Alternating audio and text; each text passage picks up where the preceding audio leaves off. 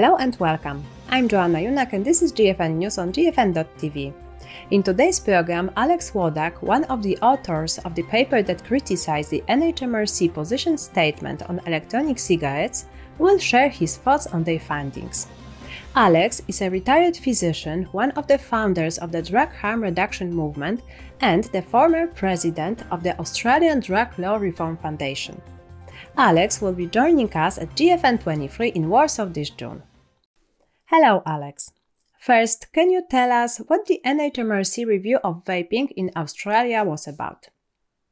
Well, the National Health and Medical Research Council, usually abbreviated to NHMRC, is the most prestigious national medical scientific body in the country. Most countries have a similar kind of organisation, and they're held in very high regard.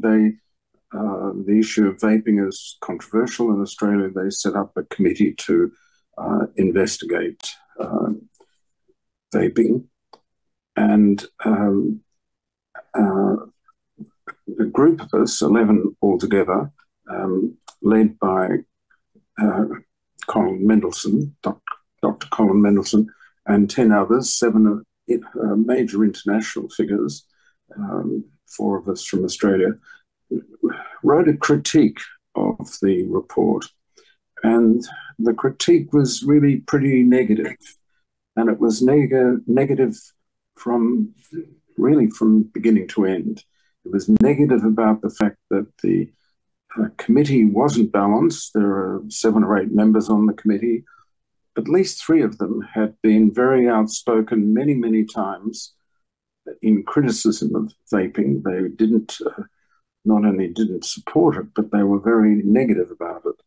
And some of the others worked for organisations that were also very negative about it. There was no one on the committee who was known to be neutral or even positive.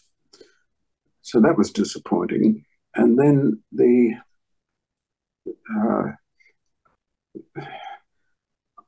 I think to sum it up,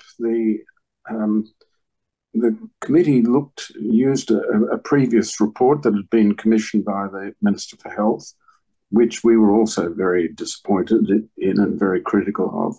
And they used that as though it was kind of gospel truth.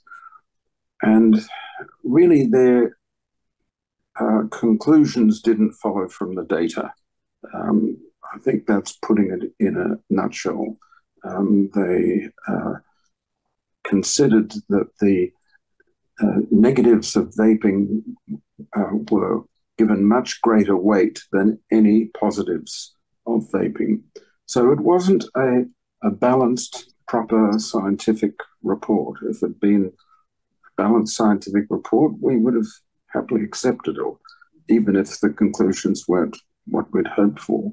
But it was a very unbalanced, unscientific approach. It was really more a political document. So we published a pretty savage critique of it, and it's really been ignored within Australia, and that's also very, very disappointing. So that's the issue we're really talking about tonight. What were the main findings of the critique of this review published in the journal Addiction? Well, the main recommendation that we made was that the report on vaping should not be accepted, and that it should be rejected, and that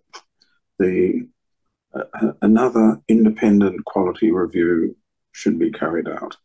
That was really the main recommendation, because we were so critical, and I think with very good reason, of the report that was handed in.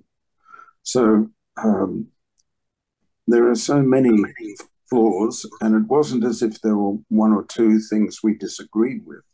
There were multiple severe flaws that are just unacceptable. Are investigations like this unusual in the international debate about tobacco harm reduction? Unfortunately, it's not unique by any means, and there are a number of other reports that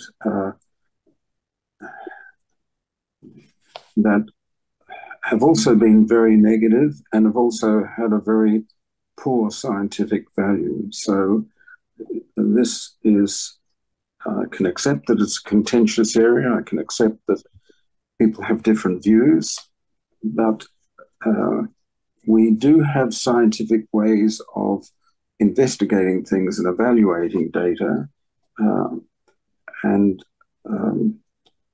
this was not a balanced scientific evaluation of the data, and a number of other reports suffer from the same fault from multiple countries. So it's a systemic problem rather than something that is unique to Australia.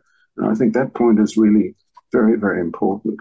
The whole debate is really suffers from an appalling lack of standards. And it's true that there are faults on both sides to some extent, but I think it's very clear that most of the faults are on the side of the people who really, they hate vaping and hate tobacco harm reduction without being able to make a cogent scientific argument about why they hate it.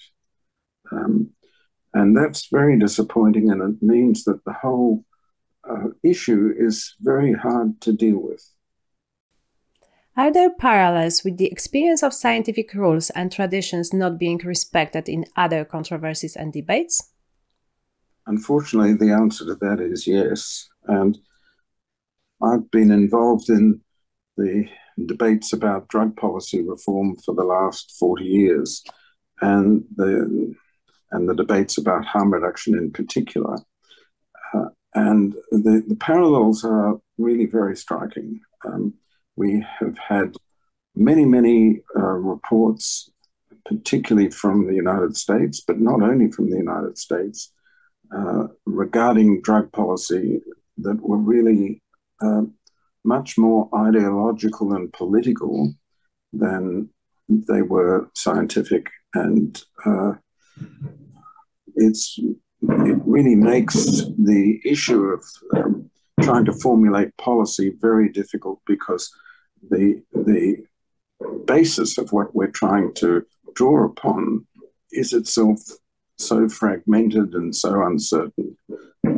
But yes, we had a lot of problems in the war on drugs. It's not quite as bad now as it has been. Something you may not realize is that the United States government has an agency called the National Institute of Drug Abuse, NIDA, and NIDA funds 80% of the illicit drugs research in the whole world. So what NIDA comes up with has a huge influence not only within the United States, but well beyond it.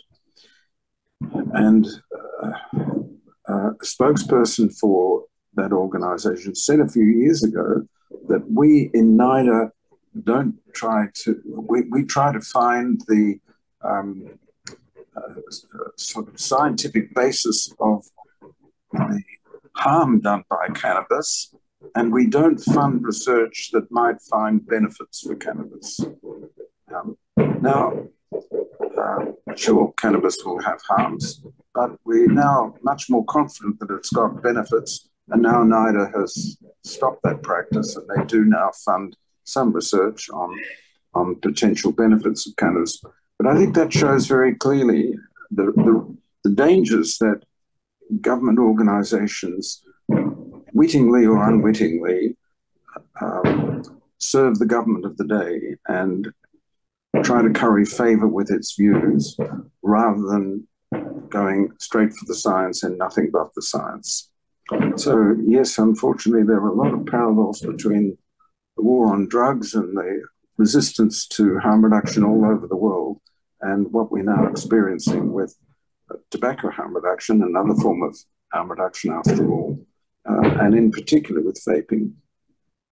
Final question for you, Alex. What is the end result when science isn't respected in policy controversies?